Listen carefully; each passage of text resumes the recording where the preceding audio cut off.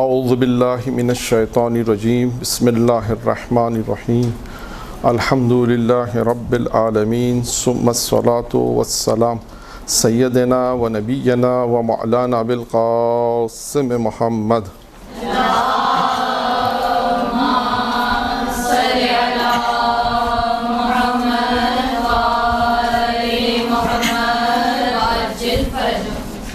وآل بیتہ الطیبین الطاہرین اما بعد فقد قال اللہ تبارک و تعالی فی کتابہ الکریم بسم اللہ الرحمن الرحیم انا علینا للہدی. درود پڑھیں محمد و آل محمد.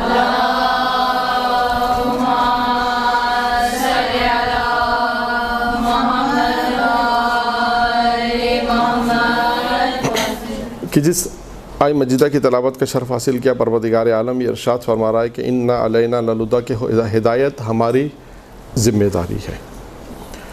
ہدایت کے سلسلے میں اگر ہم دیکھیں تو اللہ نے انسان کی ہدایت کے لیے بہت سارے نبی بھیجے، انبیاء بھیجے، رسول بھیجے، امام بھیجے، اور انسانوں کی شکل میں بھی یعنی عام انسانوں کے ذریعے سے بھی اللہ نے انسان کی ہدایت کی. یعنی مختلف جہت سے ہم یہ کہتے ہیں کہ اللہ نے انسان کی ہدایت مختلف جہت سے کی ہے، مختلف طریقوں سے ذریعے سے اللہ یہ چاہتا ہے کہ انسان کی ہدایت رہے. اور یہ بھی آپ ہدایت کے سلسلے میں ایک سوال اور اس کا جواب ہے کہ روز قیامت تک، روز وقت معلوم تک انسان کی ہدایت کا سلسلہ ہے. اس لیے کہ شیطان نے بھی یہ کہا کہ پروردگار سے کہ میں تیرے بندوں کو وقت معلوم تک بہکاؤں گا. تو لہٰذا اب یہ یوں کہیے کہ وقت معلوم تک کا جب گمراہ کرنے کا طریقہ، شیطان نے گمراہ کرنے کا ایک سلسلہ ہے کہ وہ وقت معلوم تک انسان کو گمراہ کرے گا، تو پروردگار عالم نے بھی وقت معلوم تک انسان کی ہدایت کا سلسلہ رکھا ہے. اب یہ ہدایت مختلف جہت سے ہوتی ہے، ایک جہت نہیں. جیسے میں نے مثال دی، اللہ نے جناب آدم پہلے نبی تھے، نبی کے ذریعے سے انسان کی ہدایت کا ایک سلسلہ شروع کیا، اور نبی بھیجے انسان کی ہدایت کے لیے. پھر رسول بھیجے، ایک رسول کا سلسلہ ہے کہ رسول آئے. پھر امام آئے، اور انہی امام میں سے ہمارا جو ذکر آئے گا کہ امام علیہ السلام نے کس طرح انسان کی ہدایت کی، اور مختلف طریقے سے جو بحث آئے گی. اللہ ایک امام، ایک ہادی ہے. اور اس کے بعد باقی ہم نے یہ دیکھا کہ ہدایت پروردگار جو دیتا ہے یا کرتا ہے، وہ عام انسانوں کے ذریعے سے میں ایک دو مثالیں دوں گا تاکہ میں اپنے موضوع پر آؤں. عام انسانوں کے ذریعے سے بھی آپ کو ہدایت نظر آئے گی.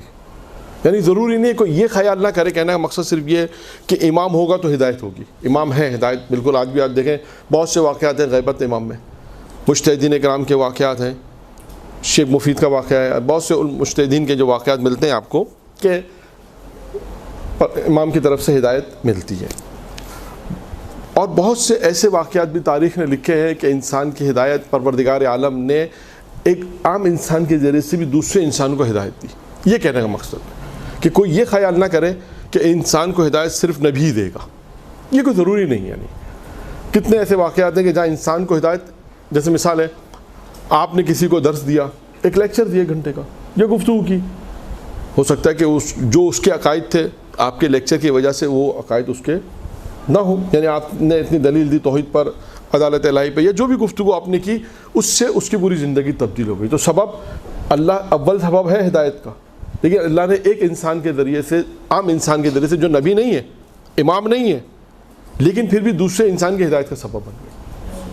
تو یہ معاشرے میں بھی ہے. اور اس کے بعد ہم یہ بھی دیکھتے ہیں کہ تاریخ میں بھی ایسے بہت سے واقعات ہیں.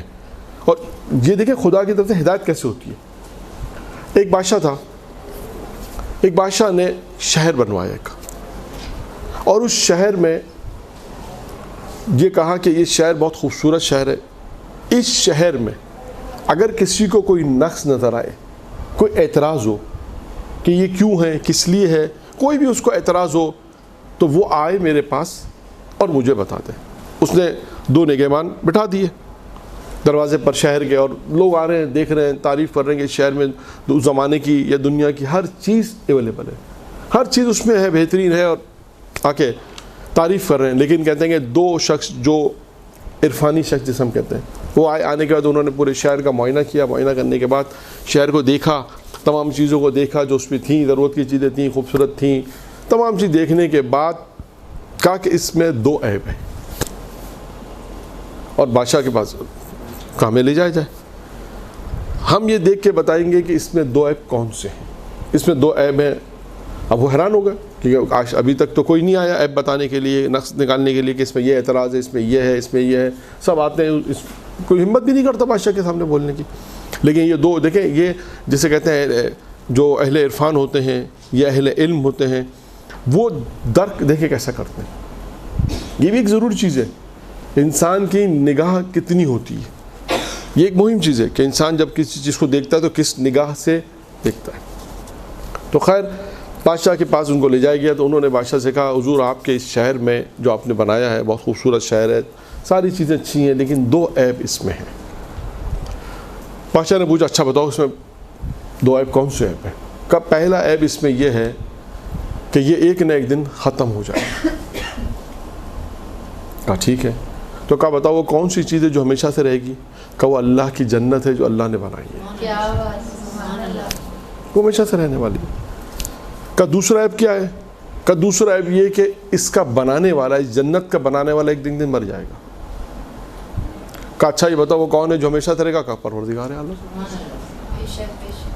کہ خدا ہے جو ہمیشہ سے ہمیشہ رہے گا۔ اب دیکھیے 2 جملے تھے، بادشاہ کی پوری زندگی تبدیل ہو گئی۔ بادشاہ نے دنیا چھوڑی، تخت و تاج چھوڑا اور کہا کہ میں اب تمہارے ساتھ چلتا ہوں، جہاں تم لوگ جیسی زندگی بسر کرتے ہو ویسے میں زندگی بسر کروں گا۔ تو دیکھیے ہدایت کیسی ملی؟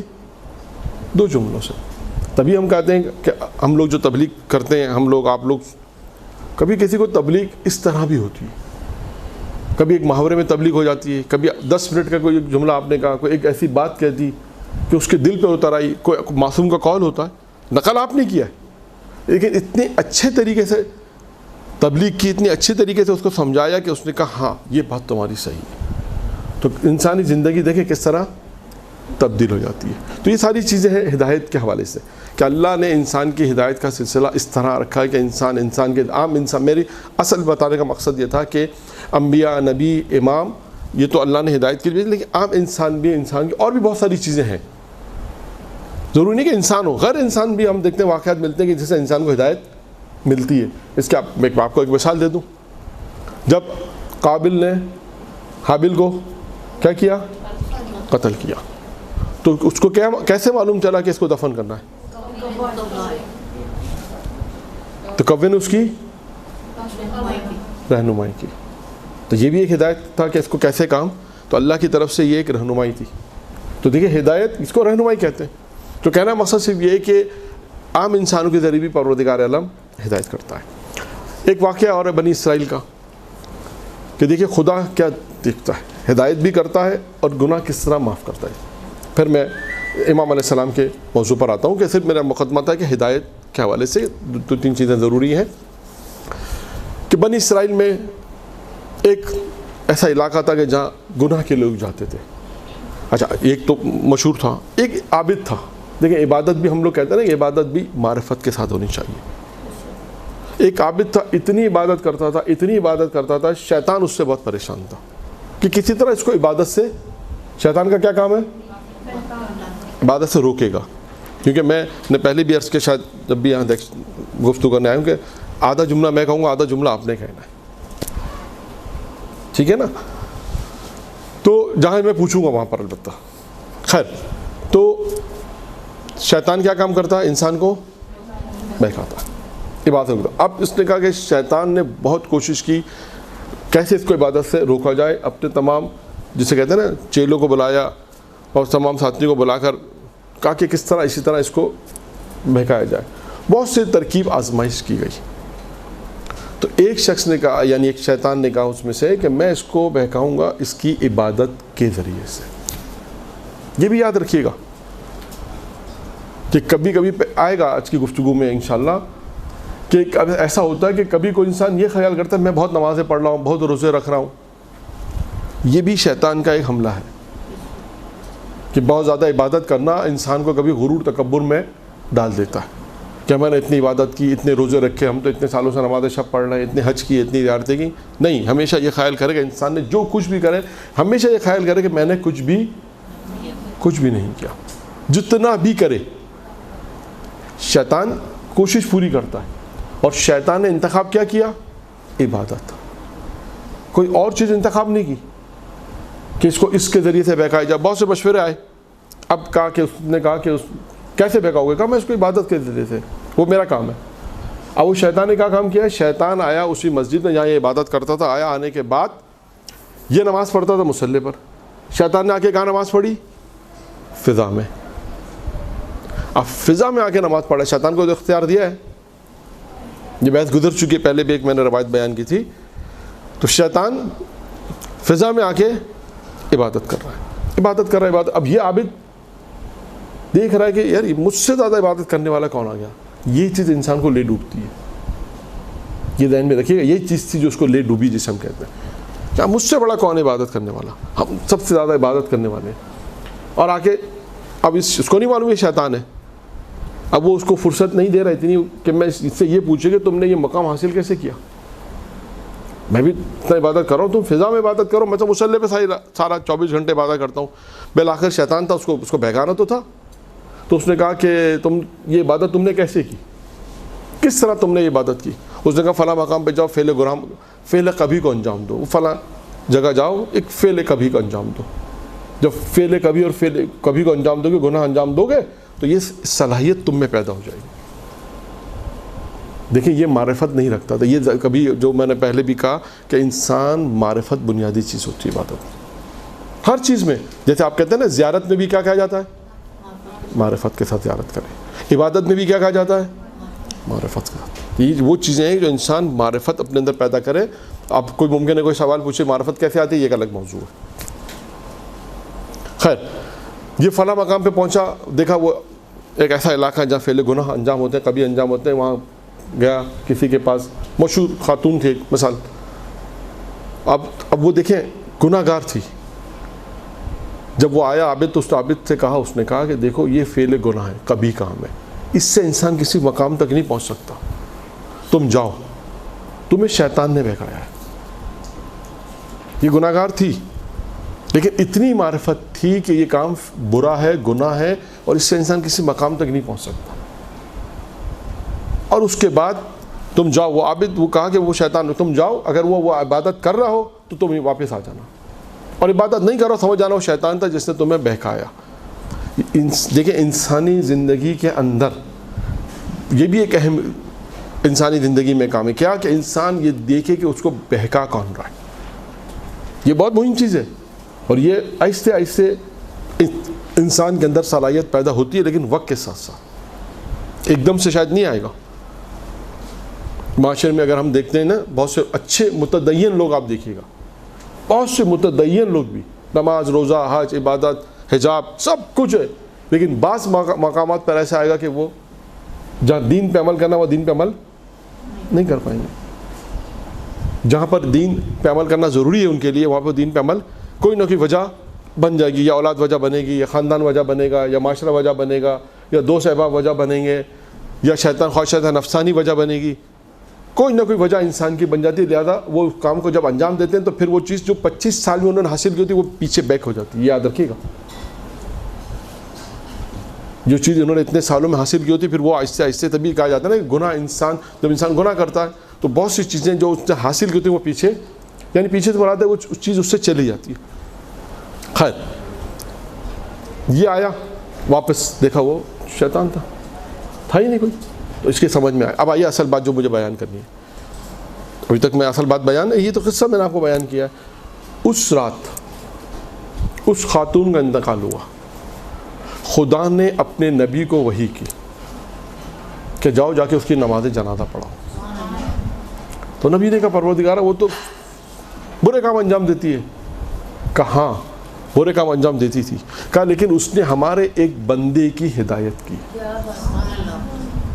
کہ گناہ میں نے بخش دیے.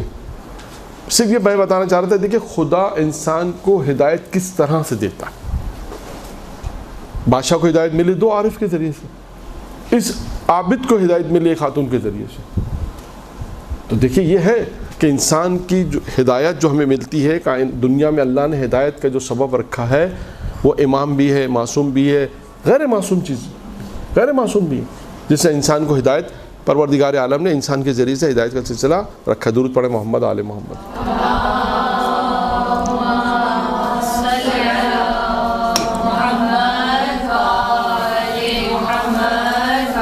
برحمتك يا أرحم الراحمين وصلى الله على محمد وآله الطاهرين.